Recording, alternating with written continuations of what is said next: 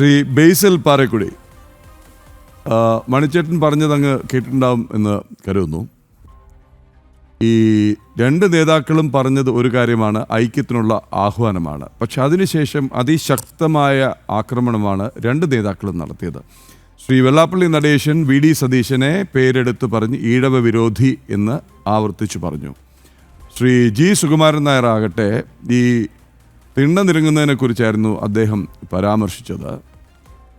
സമുദായ ആചാര്യന്മാരുടെ തിണ്ണനിരങ്ങില്ല, സമുദായങ്ങളുടെ തിണ്ണനിരങ്ങില്ല എന്ന് പറഞ്ഞയാൾ സിനഡിൻ്റെ തിണ്ണനിരങ്ങി എന്ന്. അപ്പോൾ ശ്രീ VD സതീശൻ്റെ തിണ്ണനിരങ്ങൽ സിലക്റ്റീവ് ആണോ എന്നുള്ളൊരു ചോദ്യമാണ് ഈ പരാമർശങ്ങളിൽ നിന്ന് വരുന്നത്. ശ്രീ ബേസിൽ പാറക്കുടി.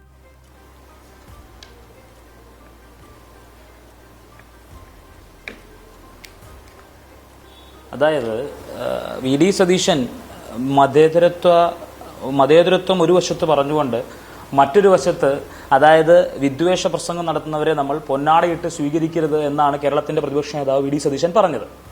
ഈ പറയുന്ന അതായത് കേരളത്തിലെ എല്ലാ മതങ്ങളെയും ഒരുമിച്ച് കൊണ്ടുകൊണ്ട്, അതായത് ഈ പറയുന്ന SNDPയെയും അതായത് ഈ പറയുന്ന NSSനെയും ഒക്കെ ഒരുമിച്ച് കൊണ്ടുപോകുന്നത് അല്ലെങ്കിൽ ഒരുമിച്ച് പോയിക്കോട്ടെ എന്ന് ഇന്ന് കൃത്യമായി നമ്മൾ കണ്ടു. പ്രതിപക്ഷ നേതാവ് VD സതീശൻ പറഞ്ഞിട്ടുണ്ട്. അതുപോലെ തന്നെ വോട്ട് പോയാൽ പോട്ടെ എന്ന് വെക്കണമെന്ന് പറഞ്ഞത് കേരളത്തിന്റെ പ്രതിപക്ഷ നേതാവ് ശ്രീ VD സതീശനാണ്. മതേതരത്വത്തിന്റെ അതല്ലെങ്കിൽ മതേതരത്വത്തെ തൊട്ട് കളിച്ചാൽ അതായത് വിട്ടുവീഴ്ചയില്ല, അതിനോട് ഒരു കോംപ്രമൈസും ഇല്ല എന്ന് പറഞ്ഞത് കേരളത്തിന്റെ പ്രതിപക്ഷ നേതാവ് ശ്രീ VD സതീശനാണെന്ന് നമ്മൾ കണ്ടു.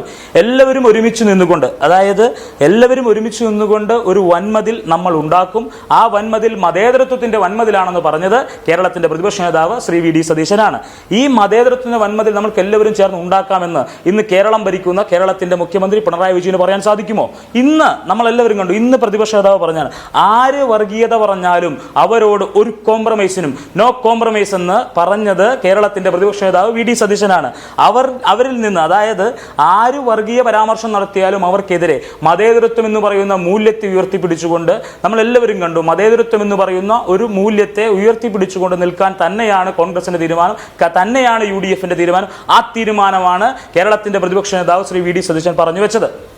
ശ്രീ ബേസിൽ പാറക്കുടി, രണ്ട് ചോദ്യങ്ങൾ കൂടി. അങ്ങ് പറഞ്ഞതിൽ നിന്നൊന്ന്, എന്താ അങ്ങ് പറഞ്ഞ വിഭാഗീയത ഉന്നയിക്കുന്ന വർഗീയവാദികളെ പൊന്നാടയിട്ട് സ്വീകരിച്ചതിനാണ് അദ്ദേഹം വിമർശിച്ചതെന്ന്. ഒന്ന്, കഴിഞ്ഞ ദിവസം തിരുവനന്തപുരത്ത് തലസ്ഥാനത്ത് ഒരു വലിയ ഘോഷയാത്രയുടെ അവസാനം ശ്രീ VD സതീശൻ ഒരു സമ്മേളനത്തിൽ പങ്കെടുത്തു. അവിടെ പോയി ശ്രീ കാന്തപുരത്തിൻ്റെ അതിങ്ങനെ പ്രശംസ കൊണ്ട് മൂടുകയായിരുന്നു.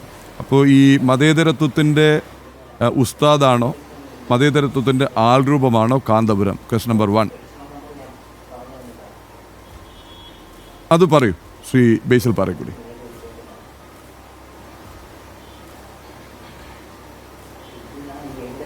അതായത് അത് നമ്മൾ ഈ പറയുന്നത് പോലെ അതായത് കാന്തപുരം കേരളത്തിന്റെ മതേതരത്വം നമ്പർ 1 ആണോ എന്ന ചോദ്യത്തിന് ഞാൻ കൃത്യമായും വ്യക്തമായൊരു ഉത്തരം തരാം.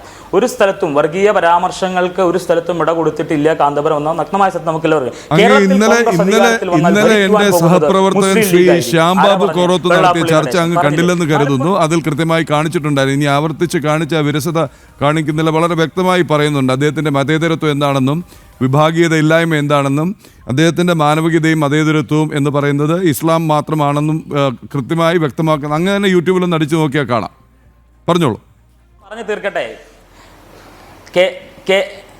അല്ല ഞാനൊന്ന് പറഞ്ഞു തീർക്കട്ടെ. കേരളത്തിൽ കോൺഗ്രസ് അധികാരത്തിൽ വന്നാൽ ഇവിടെ ഭരിക്കാൻ പോകുന്നത് മുസ്ലിം ലീഗ്. പറഞ്ഞതാര? വെള്ളാപ്പള്ളി നടേശൻ. മലപ്പുറം ജില്ലയിൽ ഞങ്ങൾക്ക് കോളേജില്ല. പറഞ്ഞതാര? വെള്ളാപ്പള്ളി നടേശൻ. അപ്പൊ അതുപോലെ അതായത് അയ്യപ്പ സംഗമം കഴിഞ്ഞ് ദിവസങ്ങൾ ശേഷിക്കെ നിങ്ങളൊക്കെ അറിയാവുന്ന നിങ്ങളെപ്പോലുള്ള ഒരു മാധ്യമ പ്രവർത്തകൻ ഒരു റിപ്പോർട്ടർ അടുത്ത് ചെന്നപ്പോൾ അവൻ MSFകാരനാണ്, നീ തീവ്രവാദിയാണ് എന്ന് പറഞ്ഞുകൊണ്ട് അവനെ ആട്ടിപ്പായി ചോടിച്ചു മൈക്ക് തട്ടിപ്പോയ ആളുടെ പേരെന്താ? വെള്ളാപ്പള്ളി നടേശൻ. ഈ കഴിഞ്ഞ ത്രിതല പഞ്ചായത്ത് തെരഞ്ഞെടുപ്പിൽ ഇന്നയാളുകളെ മത്സരിപ്പിച്ച് ഇന്നയാളുകൾ ജയിക്കുമെന്ന് പറഞ്ഞുകൊണ്ട് ഇന്നയാളുകൾ അതായത് നമ്മളെല്ലാവരും കണ്ടതാണ്, VM സുധീരൻ ഉൾപ്പെടെ PC വിഷ്ണുനാഥിന് ഉൾപ്പെടെ KC വേണുഗോപാലിന് ഉൾപ്പെടെ തോൽപ്പിക്കണമെന്ന ഓപ്പൺ സ്റ്റാൻഡ് എടുത്ത ആളുടെ പേരെന്താ? വെള്ളാപ്പള്ളി നടേശൻ. ആ വെള്ളാപ്പള്ളി നടേശൻ പറഞ്ഞിട്ട് ഇതൊക്കെ നടന്നോ? ഇല്ല. ഇനി ഒരു കാര്യം ഞാൻ പറയാം, ഇതുണ്ടാക്കുന്ന ഡീൽ എന്താണെന്നറിയോ? CPM-ഉം BJP-യും തമ്മിലുണ്ടാക്കുന്ന, CPM-ഉം RSS-ഉം തമ്മിലുണ്ടാക്കുന്ന വലിയൊരു ഡീലിന്റെ ഫസ്റ്റ് അതായത് അതിന്റെ പ്രിലിമിനറി സ്റ്റേജ് ആണ് ഇപ്പോൾ നടന്നുകൊണ്ടിരിക്കുന്നത്. നമ്മളത് പറയാതെ പോകാതിരിക്കാൻ പറ്റില്ല. കാരണം ദീർഘകാല അടിസ്ഥാനത്തിൽ BJP-ക്ക് വേണ്ടിയിട്ട് ഇപ്പോ അതായത് കറന്റ് CPM-ന് അനുകൂലമായി എന്നാൽ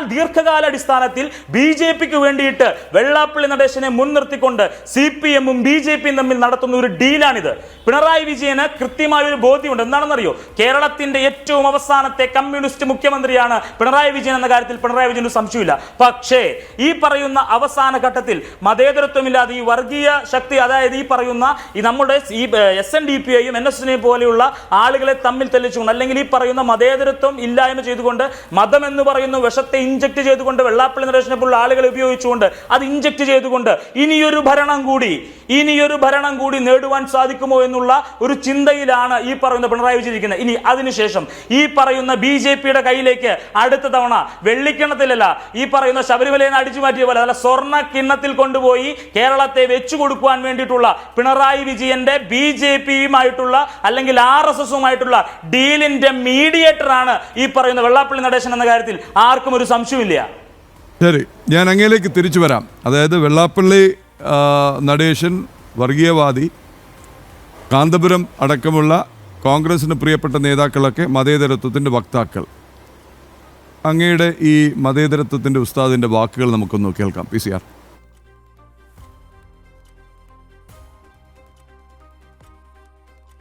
ഹിന്ദു രാഷ്ട്രമാണെന്ന വാദം തന്നെ ആദ്യം സമ്മതിക്കൂലല്ലോ. ഇന്ത്യ രാജ്യം ഇന്ത്യക്കാരുടേതാണ്.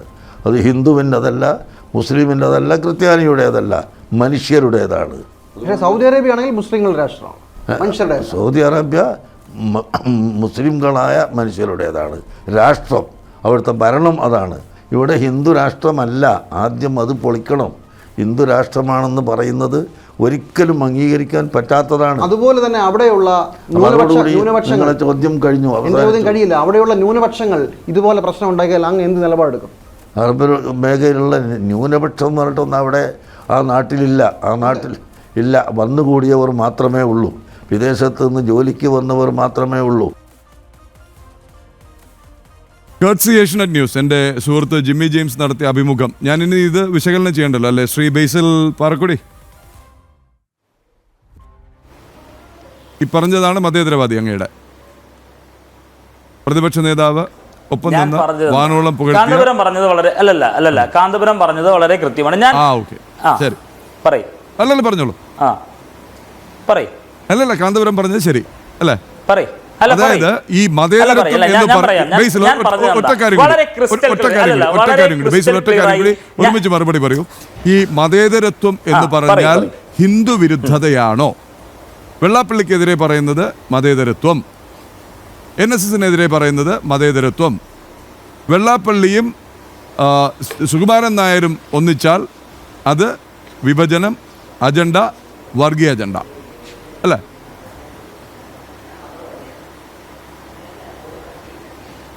ഒരിക്കലും ഞാൻ അതിന് കൃത്യമായി ആൻസർ പറയാം. ഒരിക്കലും വെള്ളാപ്പള്ളിയും സുകുമാരൻ നായരും തമ്മിൽ ഒന്നിച്ചാൽ അത് വർഗീയത അല്ലെങ്കിൽ അത് വിഭജനം എന്ന് ഞാൻ പറഞ്ഞിട്ടില്ല. ഞാൻ പറഞ്ഞത് എന്താ, ഈ പറയുന്ന വെള്ളാപ്പള്ളി നടേശനെ ഉപയോഗിച്ചുകൊണ്ട് BJPയും CPM-ഉം തമ്മിലൊരു ഡീൽ ഉണ്ടാക്കുവാൻ കേരളത്തിന്റെ മുഖ്യമന്ത്രി പിണറായി വിജയൻ ശ്രമിക്കുന്നു. അതായത് ഞാൻ ആദ്യമേ പറഞ്ഞ ആ സ്റ്റേറ്റ്മെന്റ്, അതായത് നിങ്ങൾ വെറുതെ വളച്ചൊടിച്ചിട്ട് കാര്യമില്ല.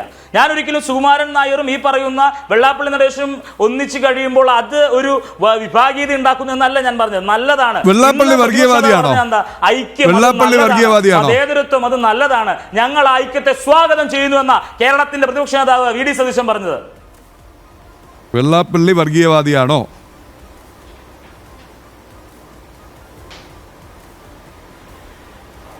വെള്ളാപ്പള്ളി വർഗീയപരമായിട്ടുള്ള പരാമർശങ്ങൾ നടത്തിക്കൊണ്ട് വർഗീയവാദിത്വപരമായിട്ടുള്ള പരാമർശങ്ങൾ നടത്തിയാൽ വെള്ളാപ്പള്ളിയെ വർഗീയവാദി എന്ന് തന്നെ വിളിക്കേണ്ടി വരും.